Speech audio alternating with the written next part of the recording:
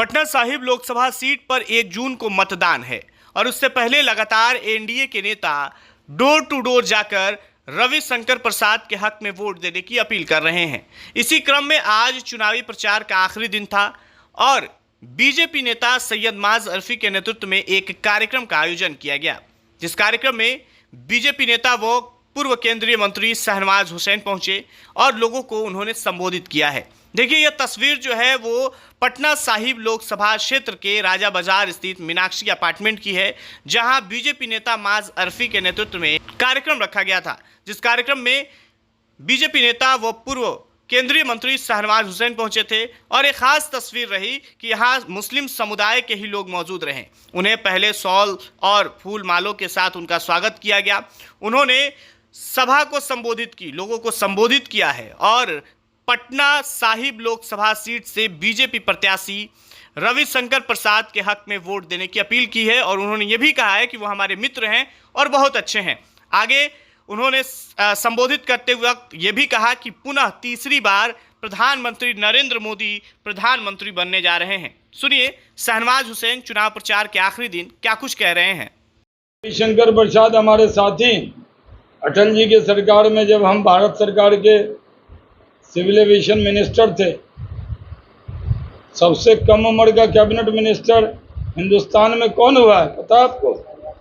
शहनवाज हुसैन हुआ। रिकॉर्ड मेरे ही नाम। रविशंकर प्रसाद तब राज्य मंत्री थे हमारे साथ केंद्र में, हमारे दोस्त हैं। रविशंकर प्रसाद बढ़िया आदमी हैं। रविशंकर प्रसाद लोकप्रिय नेता हैं।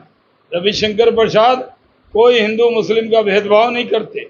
उनके दरवाजे पे कोई गया, वो कोई जात पूछ के काम नहीं करते। रविशंकर प्रसाद बेहतरीन उम्मीदवार हैं, इसलिए कमल पे बटन दबाइए, रविशंकर प्रसाद को भारी वोट से जिताइए। यही अपील करने के लिए मैं आया हूँ। प्रचार बंद हो रहा है।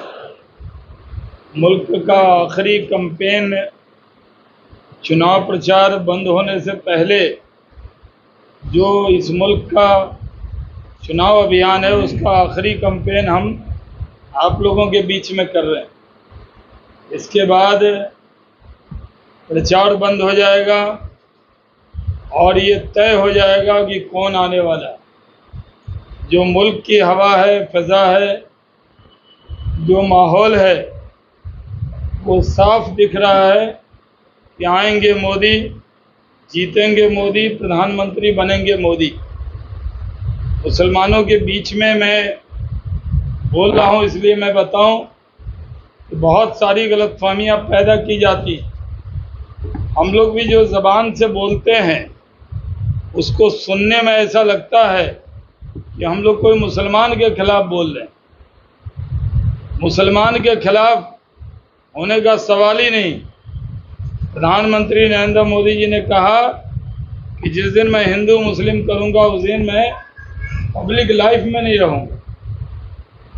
रूबिका लियाकत के इंटरव्यू में उन्होंने कहा कि ताजिए के नीचे से निकलते थे, ईद के दिन खाना नहीं बनता था। इसी चुनाव में कहा। लेकिन जो अच्छी अच्छी बात कहते हैं वो प्रचार नहीं होता।